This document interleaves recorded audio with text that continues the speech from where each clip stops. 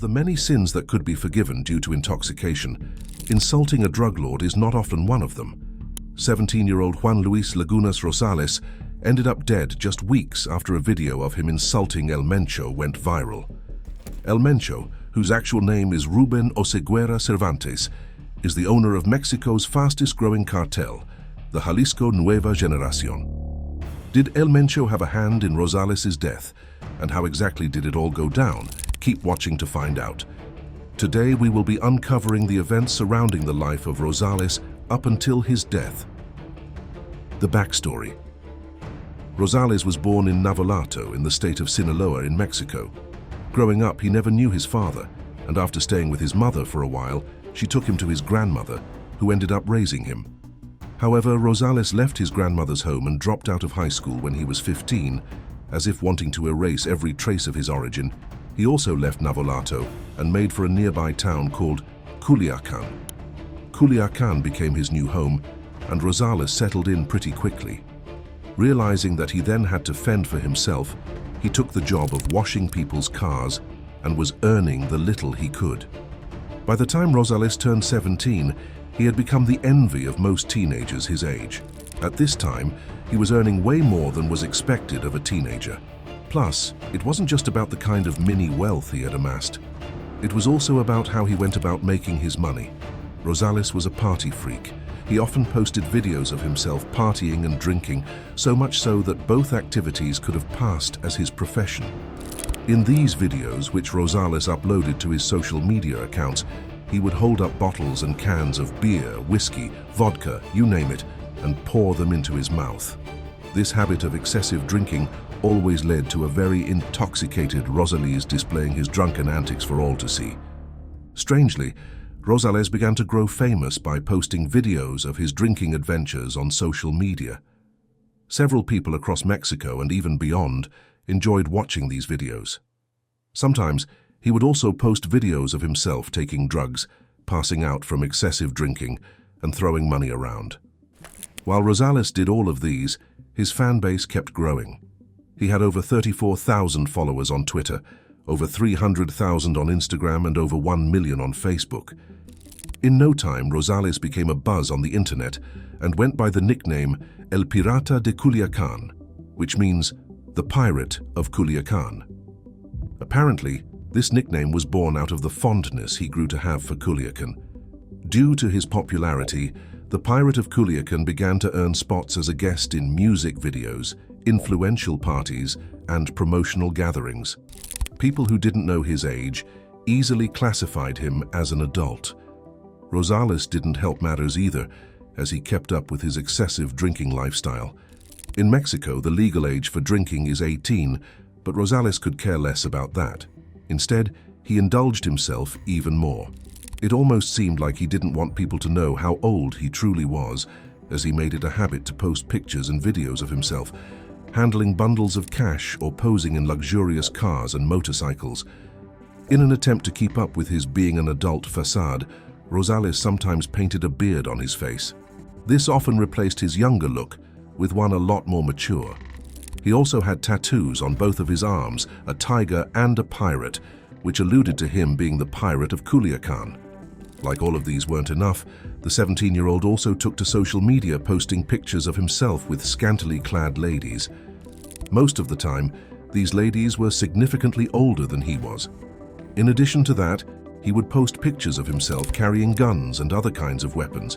At this point, it is safe to say that anyone living this kind of life would feel invincible and develop the mindset that he could get away with anything. Slowly, Rosales was cultivating that mindset, and it did not help that he broke the law several times and got away with it. Legally, Rosales wasn't supposed to do drugs, flaunt weapons, and take alcohol since he was still a minor, but he continued to do just that. He boldly did all of these things and even went as far as sharing the pictures and videos on his social media accounts. In August 2017, Rosales was arrested for underage drinking, which you have to admit was long overdue, seeing how the teenager was far from the legal drinking age at the time. Of course, this incident did next to nothing to help Rosales, because after he was released, he immediately picked up where he left off. During an interview with the producer of Univision Entertainment, Pepe Garza, Rosales stated that he was an alcoholic, but he wanted to change that so he could pursue a music career. He further said that he had signed a contract with Cash Records and added, "I want to learn to sing now. That's going to be my motto."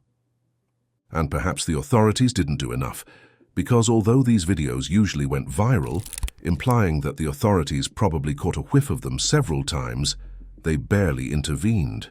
Instead, the pirate of Culiacan kept rising in fame. He gained more followers, more invites to parties, and more business deals. Seeing how there was no one in his way, Rosales continued to push boundaries without a care in the world. But you know, the thing about boundaries is that you can only push so far. Ruben Oseguera Cervantes, aka El Mencho. Juan Luis decided to insult him and then went ahead and posted the video on social media saying, when you translate it to English, he's basically saying, El Mencho, suck my dick. In the video, Rosales was visibly intoxicated and obviously due to excessive drinking per usual. If the circumstances were different, this video would probably have passed as one of the many stunts he often pulled to entertain his followers. It probably would have gained him more followers and more recognition. However, the circumstances were very different from what he was accustomed to. In the video, Rosales had referred to El Mencho, leader of Cartel de Jalisco Nueva Generacion, as we mentioned earlier in the video. Cartel de Jalisco Nueva Generacion translates to New Generation. Jalisco Cartel.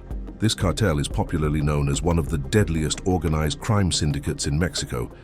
They are usually described as the most violent and the second most powerful cartel in Mexico, the first being Cartel de Sinaloa. Cartel de Sinaloa was once championed by the drug lord, El Chapo.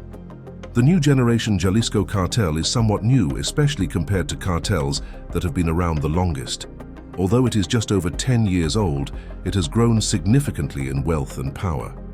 The cartel was put together after a splinter group chose detachment from another crime syndicate known as the Millennial Cartel. The New Generation Jalisco cartel might still be in its development stage, but over time, it has easily drawn the attention of the general public, including the media. One time it was said that they shut down an army helicopter with an RPG in an attempt to protect their boss. The incident led to the death of 6 soldiers. Another time they cut off the head of a pig and sent it to an attorney general in a bid to have him feel intimidated. In another of their escapades, they laid an ambush for a group of policemen and were able to kill about 14 of them as a result. In addition to all of these, the New Generation Jalisco cartel has been responsible for the deaths of judges, members of Congress, and ordinary citizens. They also have a reputation where drugs are concerned. According to US officials, they are the major suppliers of over 1/3 of the illegal drugs that circulate in the United States. They have also gone as far as distributing in Europe and Asia. The New Generation Jalisco cartel also has multiple methamphetamine labs set up across Mexico. They not only produce and sell crystal meth illegally, but they also do the same with cocaine. While it might look like this cartel only has brutal mass murders and illegal drugs to its name, you should know that it is also famous for stealing crude oil. Other criminal activities they engage in include selling arms, kidnapping, extortion, and other violent crimes. Unlike El Chapo, everything about El Mencho screams mystery. It is said that he loves working from the shadows, almost like a ghost. El Mencho is not only on the list of the top wanted criminals in Mexico, but also in the United States. In Mexico in particular, he takes the #1 spot as the most wanted drug lord. El Mencho is wanted for drug trafficking, illegal possession of weapons, and his being involved in organized crime. El Mencho started off as a member of the Millennial Cartel, but soon decided to create his own organized crime organization because his bosses often got arrested or killed. After the arrest of El Chapo, El Mencho quickly rose to fame, owning one of the deadliest cartels in Mexico. The New Generation Jalisco cartel has had several affiliations to brutal mass murders in the past. In 2011, authorities found 35 dead bodies on the streets of Veracruz, a port city on the Gulf of Mexico. These bodies appeared tortured and dismembered. In 2013, this same cartel raped and murdered a 10-year-old girl, whom they believed to have been a daughter of a rival cartel leader. After killing her, they proceeded to set her on fire. It was already too late when they realized she wasn't who they thought she was. Under his leadership, Mexico recorded a 20% rise in homicide rate, with a record of 20,000 deaths. This statistic equated to an average of about 69 deaths per day. There are alleged reports that El Mencho was once a member of the police force, but was sentenced to 3 years in prison for selling heroin. Whether or not that is true, it is pretty evident that the man is no longer on that side of the law. His infamous nature led the United States government to put a bounty offer on his head. It is said that whoever is able to provide information that is likely to lead to his arrest will be rewarded with the sum of $10 million. So far, this has been recorded as the highest sum of money the US government is willing to pay as a bounty. As you might have expected as well, the drug lord also has a bounty offer on his head in his hometown. In Mexico, authorities are willing to pay the sum of 30 million pesos, which is equivalent to 1.5 million American US dollars. Knowing all of these, it shouldn't come as a surprise to anyone that El Mencho is not the kind of guy to play around with. However, Rosales chose to do precisely that. He not only cursed the infamous drug lord, but he also went ahead and released the video on the internet, a video which many Mexican press publications called, in effect, the initiator of a countdown for his time here on Earth. On December 18, 2017, weeks after the video of Rosales calling out El Mencho went viral, he made the second biggest mistake that likely sped up that countdown. He had made a post telling his fans to meet him at a bar in the Guadalajara metropolitan area in Jalisco. Meanwhile, this area happened to be where many of the drug trades took place in Jalisco. At about 11 p.m. that same day, a group of men carrying guns swarmed into the bar and started shooting. Although it is said that Rosales was the main target, a 25-year-old employee in the bar also got killed. It was reported that Rosales was shot about 15 to 18 times, which means he definitely died on the spot. And he was only able to be identified through the tattoos he had on his arms. Rosales' death is included in the 1,400 people who died in the state of Jalisco that year. Even though there were speculations that El Mencho was responsible for the death of Rosales, seeing as the teen died just weeks after the video about El Mencho went viral, the killers have still not been identified.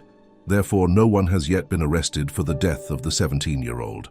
A Mexican newspaper, Periódico Supremo, reposted the video and captioned it, "I firm su trato de muerte," which means, "thus signed his deal of death." While some of Rosales' fans shared their condolences, a few mentioned that he should have known better than to make jest of a drug lord such as El Mencho. A fellow Instagram star remembered Rosales after his death by posting a caption that read, "He told me that he wanted to change, but on the weekend, there was no lack of bad influences. You were living a fast life, you never listened, and I don't judge you. Those who knew you know you were a good person." Be that as it may, Juan Luis Lagunas Rosales could have lived a much longer life under normal circumstances. However, he chose to live a fast life, and then he took things way too far when he decided to play with fire. He got the fame he sought from pushing the boundaries, and it cost him his life.